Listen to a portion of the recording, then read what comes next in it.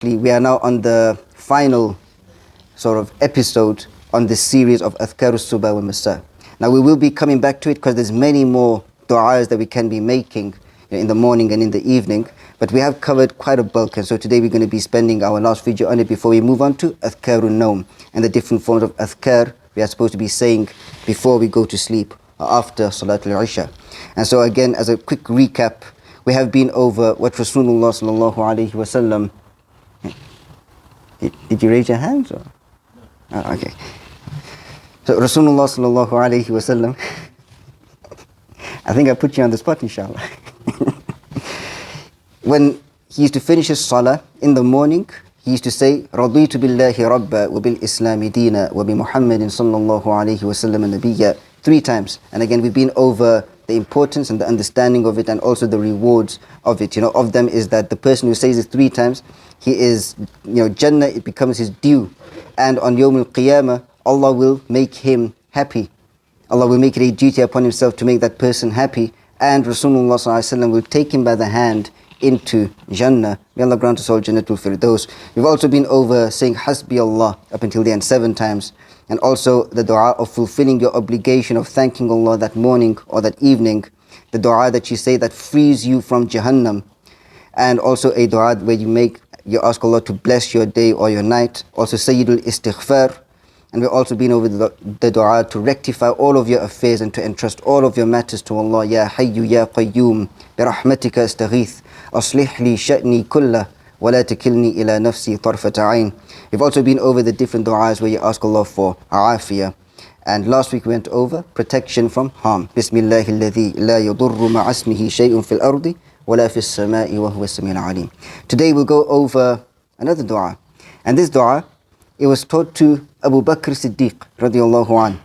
And the first question we need to ask ourselves is, what is it that the best of creation, Afdalul Khalq, Rasulullah sallallahu alaihi wasallam, would teach to the best of all people after the Anbiya to walk upon the earth?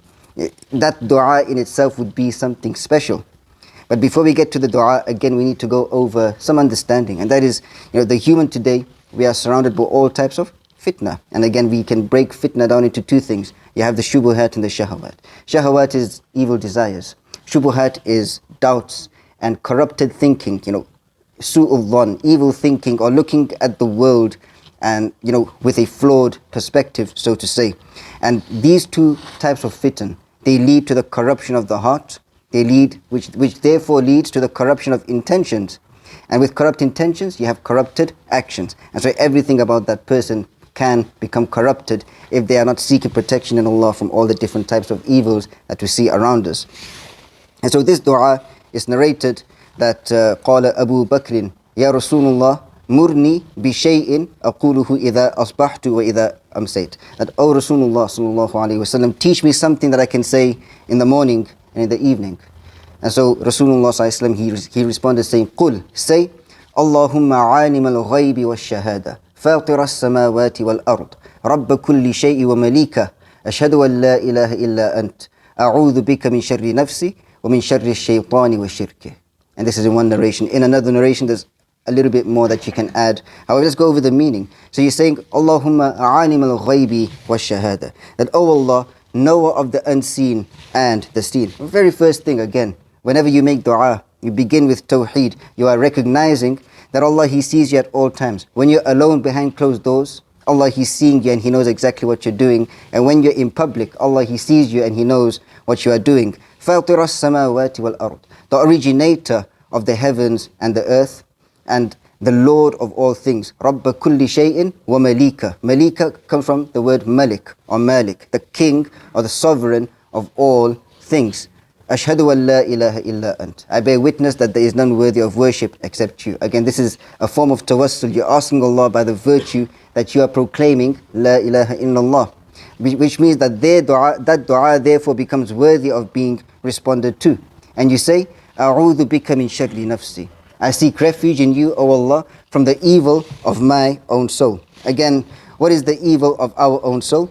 Our own desires, which tries to lead us away from Allah. As we know that the lower desires of the human being, if we do not sort of discipline it, then it can lead us far away when we've indulged in all of the sins. So many of us, we ask the question, how can I discipline myself so that I can be in control of my desires rather than my desires controlling me? And this is the dua. أعوذ بك من شر نفسي. Oh Allah, I seek refuge in you from the evil of my own self. Allah will protect you from the evil of your own self, whether it's the evil of the tongue, when we speak to people. So important. The Rasulullah ﷺ said, the reason why majority of the people are in Jahannam is because of their tongue. They couldn't control their tongue. People will go on Yawm al-Qiyamah with mountains of good deeds, thousands and thousands of good deeds. But by the end of it, they'll be left with absolutely none.